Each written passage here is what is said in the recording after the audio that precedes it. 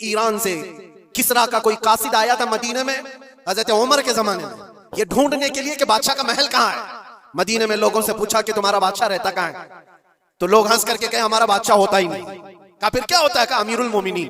कहा अच्छा वही अमीरुल मोमिनीन, उसका महल कहाँ होता है? फिर लोग हंस पड़े। कहा उसका महल नहीं होता है, उसका महल ही नहीं होता है। कहा फिर कहाँ है? कहा देखो वो पीपल के झाड़ के नीचे सो रहा होगा। ईरान का कासिद आया हुआ है जिनकी पूरी फौज में सरसरी छा जाती थी उमर इब्ने खत्ताब के नाम से, वो पीपल के झाड़ के नीचे सो रहा है। वो आया और जाकर के देखा तो एक दरख्त के नीचे हज़रत उमर फारूक नंगी पीठ आराम फरमा रहे। बराबरी की बात ये दुनिया करती है लेकिन कोई इक्वलिटी किसी का नहीं है।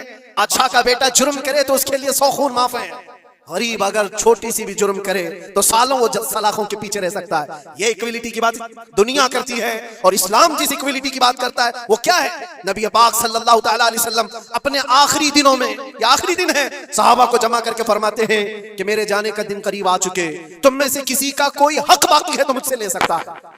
कोई हक बाकी है वो सैयदुल अंबिया है, जिनकी एक जुबान पर अल्लाह तबारक व तआला किसी को जन्नत अता करे। वो रसूल कहता है कि तुम में से किसी को कोई हक बाकी है तो ले सकता है।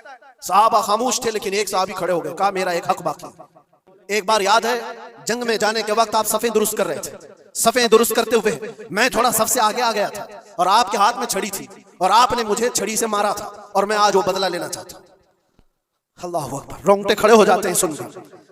उन्होंने जैसे ही कहा सहाबा की गर्दनें तन गई। कहा कौन है जो सैयदुल अंबिया से बदले की बात करता है? हजरत उमर तलवार निकालते। हुजूर ने फरमाया खामोश उमर, कि जिस वक्त आपने मुझे मारा था उस वक्त मेरे बदन पर कोई कपड़ा नहीं था, मैं सिर्फ लुंगी पहना हुआ था, तहबंद थी। आपका जुब्बा निकाल दीजिए आप। हुजूर पाक सल्लल्लाहु अलैहि वसल्लम ने कोई ताखीर नहीं फरमाई, फौरन अपना जुब्बा उतार दिया।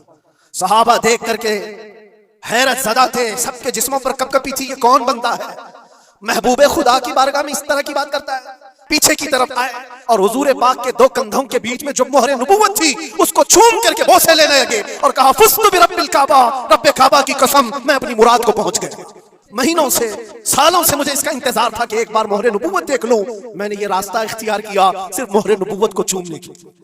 वाकया तो अपनी जगह पर, लेकिन हुजूर सैयदुल अंबिया ने अपने आप को जो पेश फरमाया, बताओ कोई इससे ज्यादा इक्वलिटी की बात कर सकता है?